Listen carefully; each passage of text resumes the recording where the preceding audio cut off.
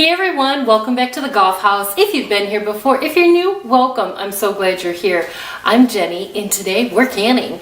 I am going to be making some carrot cake jam for the spring. I want to make sure I have it for Easter time. Let's get started. I've got 2 cups of shredded carrots in here. I am going to add to that 1 cup of diced apple. I'm using a Honeycrisp apple. I don't think it really matters what kind of apple you want to use. I am putting in here a 1/4 cup of raisins. I have a 20-ounce can of crushed pineapple.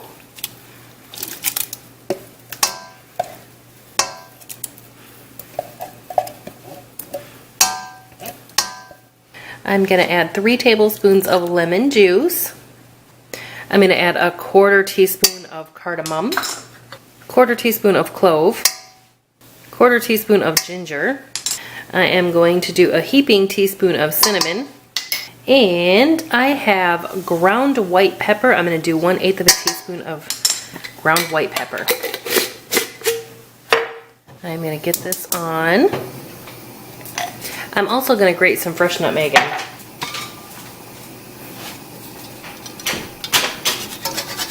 I'm just going to grate it right over. I'm going to try to grate like 1/2 teaspoon-ish.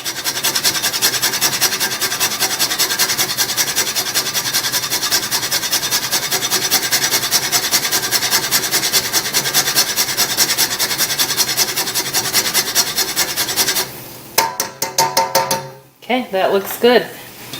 Also, I want to say I do have my jars in my canner heating up. I like to get, you want to make sure your jars are hot because you're putting hot stuff in your jars and you don't want them to shatter. But B, I still sanitize them. Even though it says if you're going to can 15 minutes or over, you don't have to sanitize, I still do. Also, at this point, you're going to want to get your spoons in the freezer so that you can test the set on your jam. Make sure they are frozen. It doesn't take long. It takes about 15 minutes to freeze your spoons. All right, as soon as this comes up to a boil, I'm gonna go ahead and put my lid on, and then I'm gonna simmer 20 minutes and I'll be back. Okay, 20 minutes is up. I've got my Sure Gel Pectin, and I'm just using the original. I am going to sprinkle this in.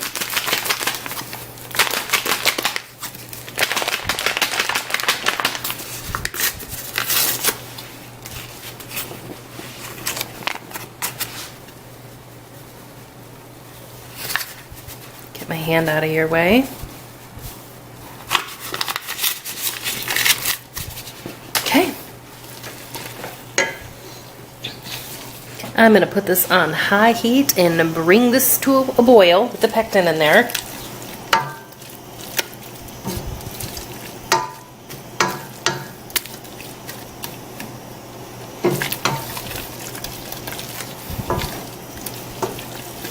You want to make sure it's completely dissolved and spread it throughout. And it's kind of hard to use like a whisk in here. My poor little lemon spatula is going to be stained orange.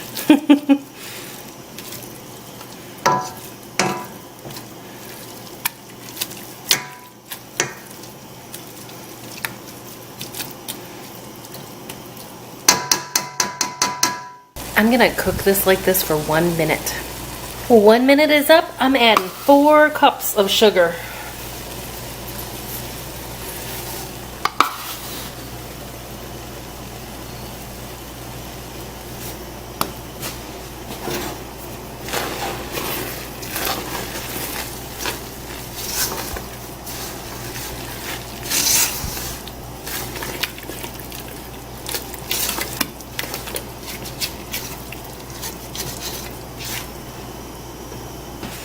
I'm also going to add a tablespoon or 2 of molasses. I just want that molasses flavor in there.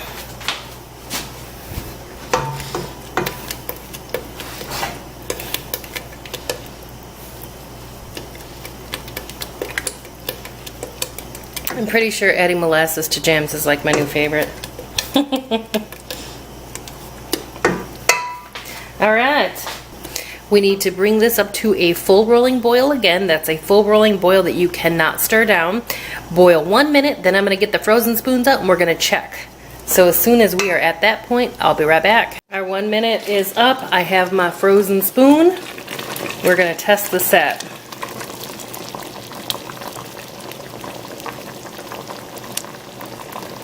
And I think I'm gonna cook it for just a smidge longer. I don't think that is set enough for me. Okay.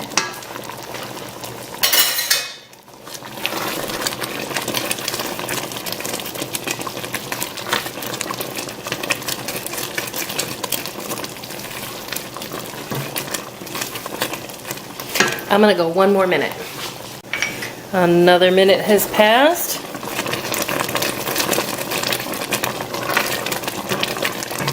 I got my next frozen spoon.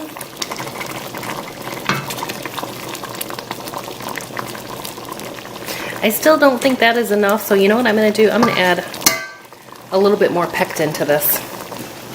Okay, another tablespoon of pectin.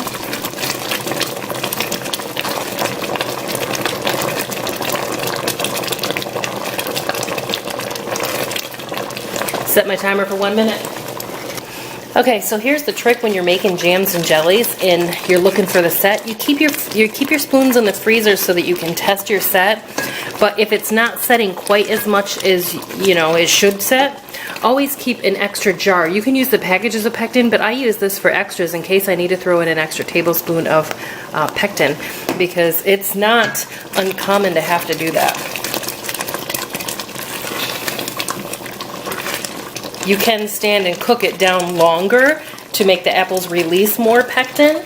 That just takes up more time, so it's up to you. I always keep that extra jar of pectin, throw in a tablespoon, return to boil 1 minute after you throw in extra pectin always. Okay, minute's up, grab a frozen spoon.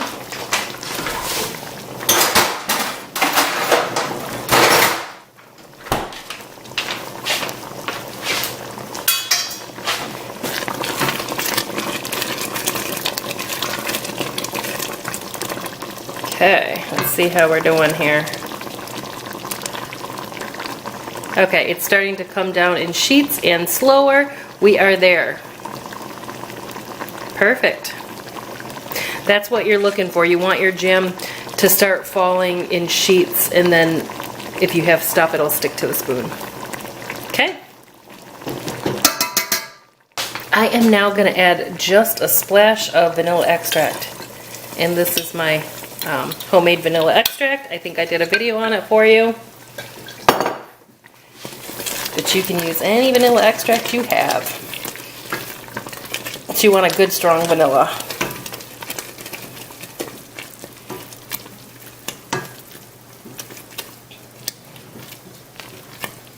Okay, we are ready to jar this up. I'm pulling out jars, and we happen to be using Gough jars today.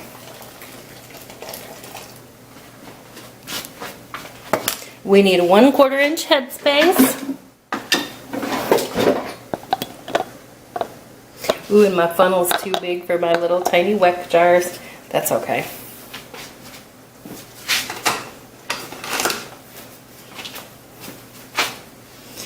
I'll use a smaller spoon.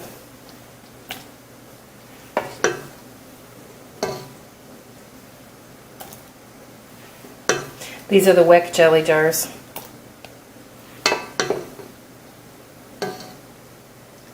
And as you can see, the molasses changes the color and makes it a little bit darker, a little deeper of a color. I love it.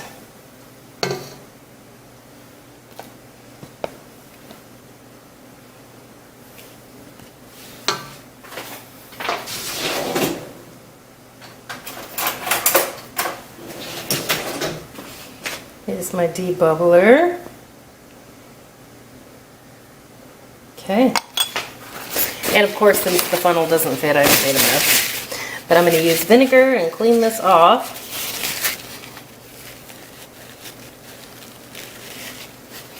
Make sure we get a good seal.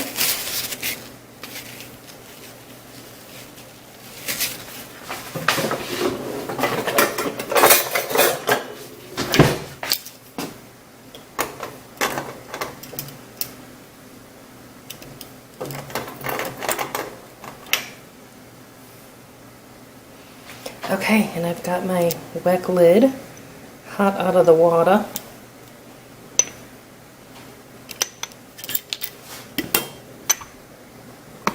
Make sure my seal's on there.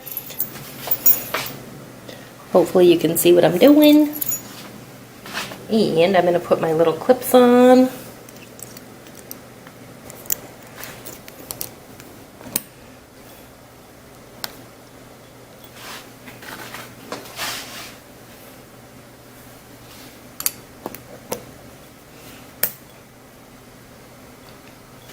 Make sure you get your little clips on there good, or they will fling right off, let me tell you.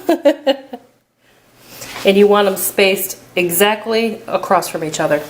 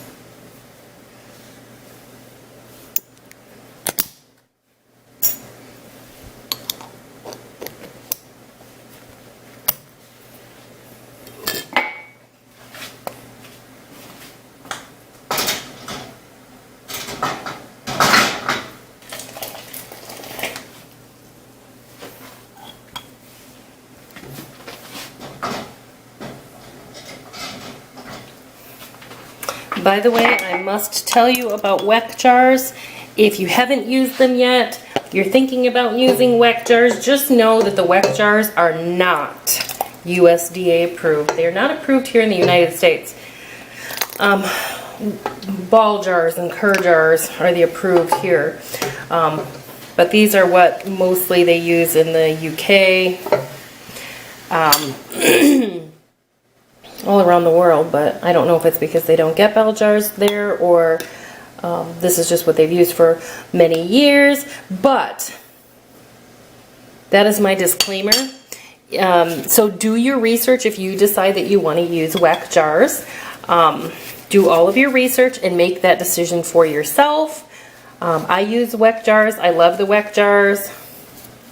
I feel safe canning in them, but can at your own risk. Please do your own research.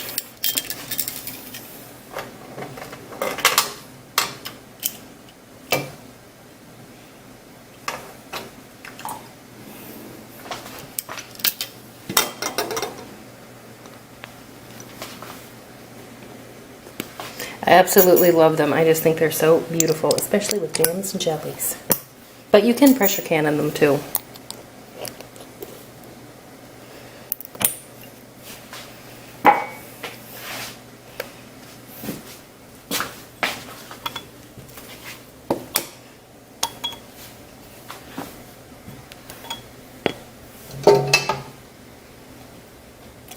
I'm really trying hard not to make a huge mess all over these jars, but it just isn't working out.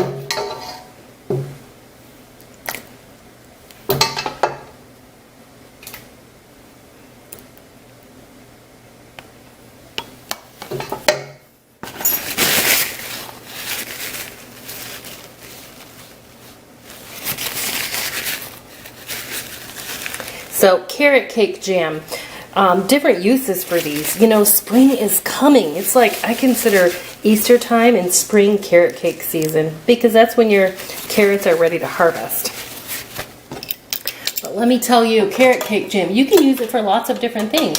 you know, not just on your biscuits and bread and scones.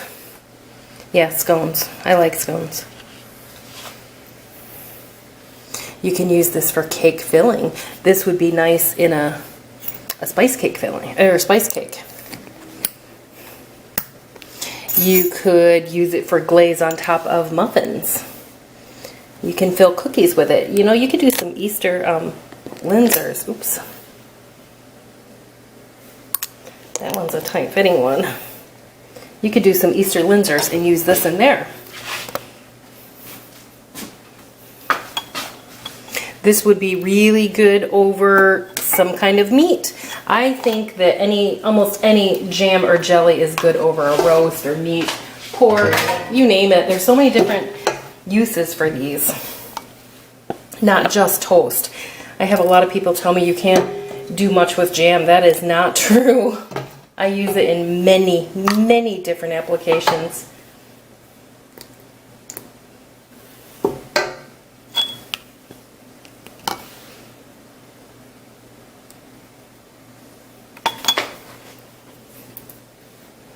I think that might be a smidge too full.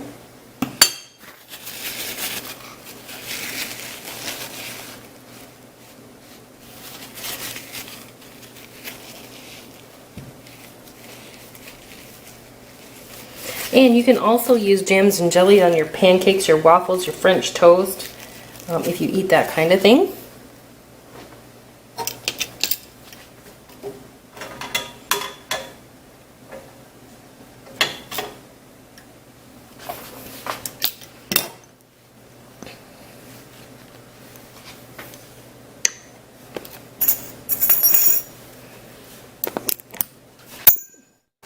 There goes my clip.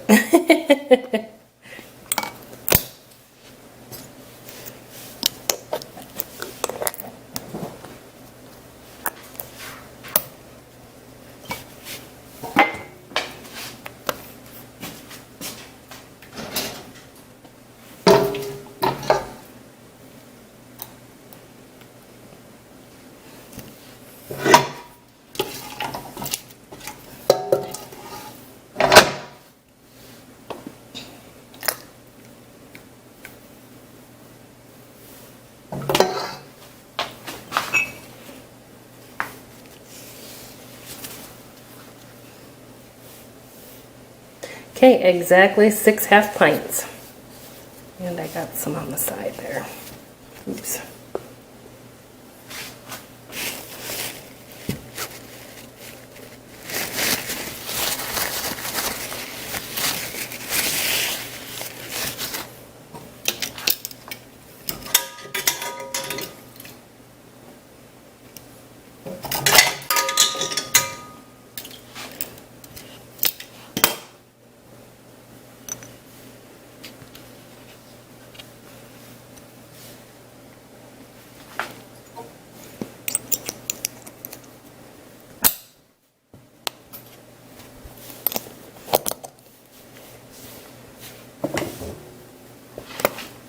Okay, all my beautiful little wax are in the canner.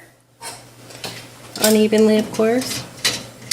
I got the little canner out today, so I'm gonna crank up the heat, get going. Once these guys come up to pressure, they are going to process 15 minutes. Okay, our timer is done.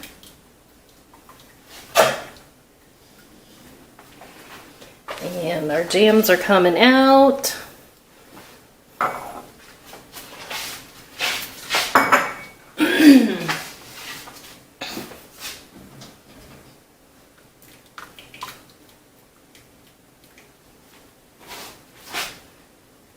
One thing about wax, oops, I think I need a different towel for this. This one's kind of lumpy.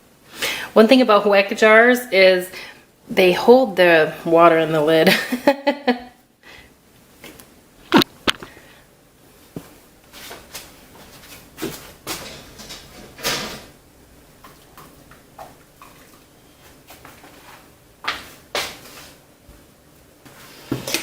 Okay, there they are. And they are a beautiful darker shade due to the molasses that I put in. Molasses and jam has become my favorite. I've been adding it to every spice jam I make. Anyway, I already tasted it and it is delicious. And yes, the molasses gives it a nice undertone. Plus I put in a little bit of white pepper. White pepper has a little bit of spice in it and it almost gives it like that chai-like flavor that I absolutely love. And then I also added cardamom in there, and cardamom also gives it a really good flavor. So it is a nice spicy molasses dark carrot cake jam. I absolutely love it and I can't wait to use this and stuff. All right, that is all there is to the carrot cake jam. Oh my gosh, it is so delicious. I can't wait to start using this. Now, jams, I love to make them. They're probably my favorite thing to make and can because they're so beautiful. And you know, some people wonder, what else can I use it on? There's many applications for jam. It's not just for your toast or your biscuits. I use jam in between cake layers. I use them in between cookie layers to fill, or thumbprint cookies. I use them for frostings. You can mix them with fillings. You can add a little bit of hot water or heat them up a little bit and add, you know, quarter cup, tablespoons. It depends on how big your cake is, but into your filling, you could actually water it down a little bit and whip it right into a whipped cream to flavor your whipped cream. You can use it for a glaze. You can heat it up and pour it over the top of your cake, or muffins or cupcakes for glazes.